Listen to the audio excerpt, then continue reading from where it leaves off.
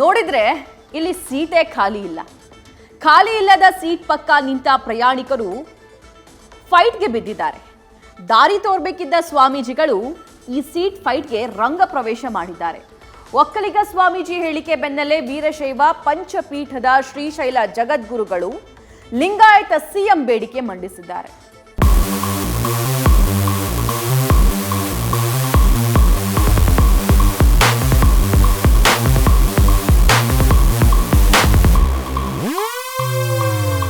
ಮುಖ್ಯಮಂತ್ರಿ ಸ್ಥಾನದಲ್ಲಿ ಬದಲಾವಣೆಯಾದರೆ ವೀರಶೈವ ಲಿಂಗಾಯತ ಸಚಿವರಿಗೆ ಆದ್ಯತೆಯನ್ನ ಕೊಡಬೇಕು.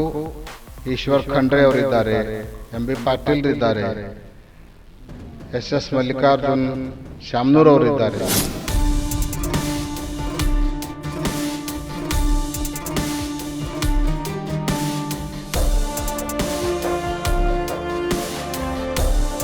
₹10 ₹10 23 46 ಅಯ್ಯೋ, ಇದೇನ್ ಸಂತೆನಾ, ಜಾತ್ರೆನಾ ಅಥವಾ KR ಮಾರ್ಕೆಟಾ?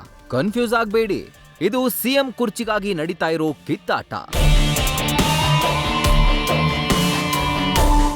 ಜಾತಿಗೊಂದು ಸಿಎಂ ಕುರ್ಚಿ ಕೇಳೋಕೆ ಇದೇನ್ ಲಾಲಿಪಾಪ? ಹಾಗಂತ ಸಿಎಂ ಸೀಟ್ ಏನಾದ್ರೂ ಮಾರಾಟಕ್ಕಿದ್ಯಾ? ಇದ್ರೆ ಬೋರ್ಡ್ನಾದ್ರೂ ಹಾಕಿ. ಗ್ಯಾರಂಟಿ ಭಾಗ್ಯ, ಅಭಿವೃದ್ಧಿ ಶೂನ್ಯ, ಗಗನದಲ್ಲಿ ಬೆಲೆ ಏರಿಕೆಗಳ ನೃತ್ಯ. ಈ ಹೊತ್ತಲ್ಲಿ ಕ್ಯಾಸೆಟ್ ಹಾಕಿ ಸಿಎಂ ಕುರ್ಚಿ ಕುರುಕ್ಷೇತ್ರವೆಂಬ ಅದ್ಭುತ ನಾಟಕ ಸಂಯೋಜನೆ ಆಗಿದೆ. ಎಲ್ಲಾ ಸಮುದಾಯಗಳು ನಾಟಕಕ್ಕೆ ನೆರೆದಿವೆ.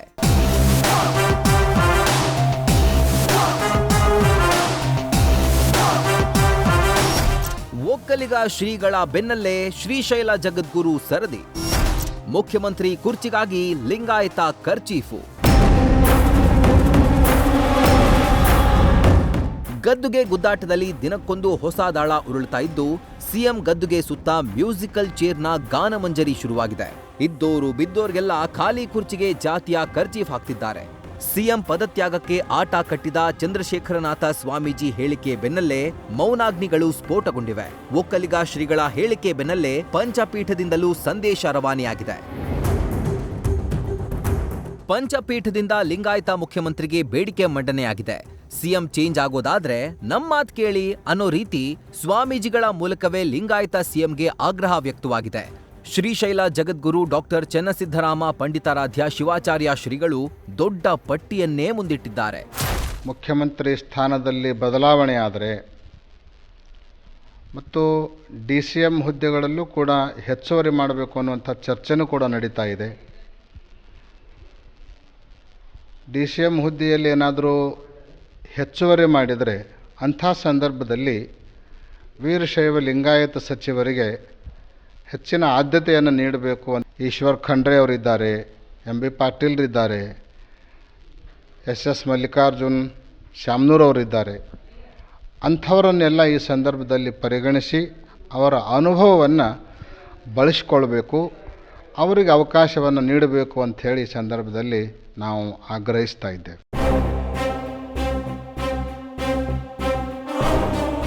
ಈ ಬದಲಾವಣೆಯ ಬಿರುಗಾಳಿ ವೇದಿಕೆಗೆ ಶ್ರೀಶೈಲ ಜಗದ್ಗುರು ಆಗಮನದ ಬೆನ್ನಲ್ಲೇ ದಶಕಗಳ ಕನಸಿನ ದಲಿತ ಸಿಎಂ ಪದಕ್ಕೂ ಜೀವ ಬಂದಿದೆ.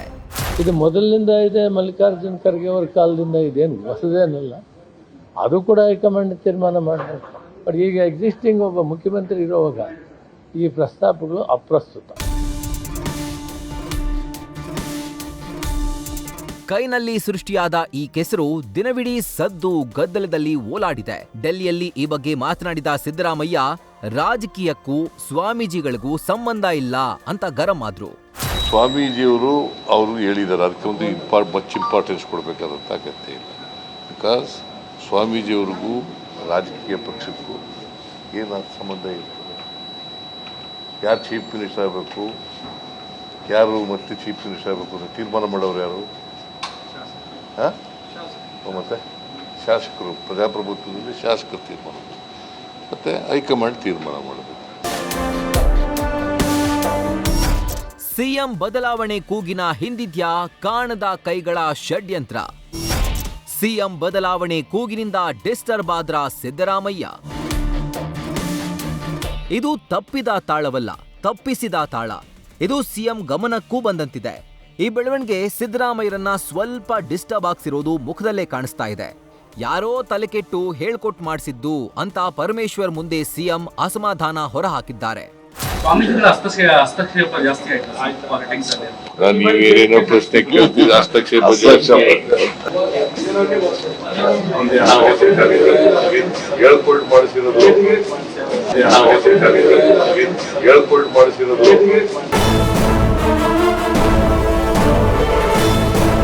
ತಲೆ ಕೆಟ್ಟು ಮಾಡಿಸಿದ್ದು ಅಂತ ಸಿಎಂ ಹೇಳ್ತಿದ್ದಾರೆ. ಹಾಗಾದ್ರೆ ಹೇಳ್ಕೊಟ್ಟ ವ್ಯಕ್ತಿ ಯಾರು? ಹೇಳ್ಸಿದ್ಯಾಕೆ? ಯಾರತ್ತ ಸಿಎಂ ಬೊಟ್ಟು ಮಾಡ್ತಿದ್ದಾರೆ? ಈ ಎಲ್ಲಾ ಪ್ರಶ್ನೆಗಳಿಗೂ ಉತ್ತರ ಸಿಗ್ಬೇಕಿದೆ. ಒಟ್ಟಾರೆ ಕಾಂಗ್ರೆಸ್ನಲ್ಲಿ ಕದನ ತೀವ್ರಗೊಳ್ತಾ ಇದ್ದು ಹೈಕಮಾಂಡ್ ಮಧ್ಯಪ್ರವೇಶಿಸದೇ ಇದ್ರೆ ಸಮಸ್ಯೆ ಉಲ್ಬಣಗೊಳ್ಳಲಿದೆ. ಈ ಕಿತ್ತಾಟ ನೋಡ್ತಾ ದೋಸ್ತಿಗಳು ಉಪಹಾರದ ನಿರೀಕ್ಷೆಯಲ್ಲಿದ್ದಾರೆ. ಚಿಕ್ಕೋಡಿಯಿಂದ ಸಂಜಯ್ ಜೊತೆ ಜಗದೀಶ್, ನ್ಯೂಸ್ ಫಸ್ಟ್, ನವದೆಹಲಿ. ನ್ಯೂಸ್ ಫಸ್ಟ್ ನಿರ್ಭೀತಿಯಿಂದ ನಿಮ್ಮ ಪರವಾಗಿ.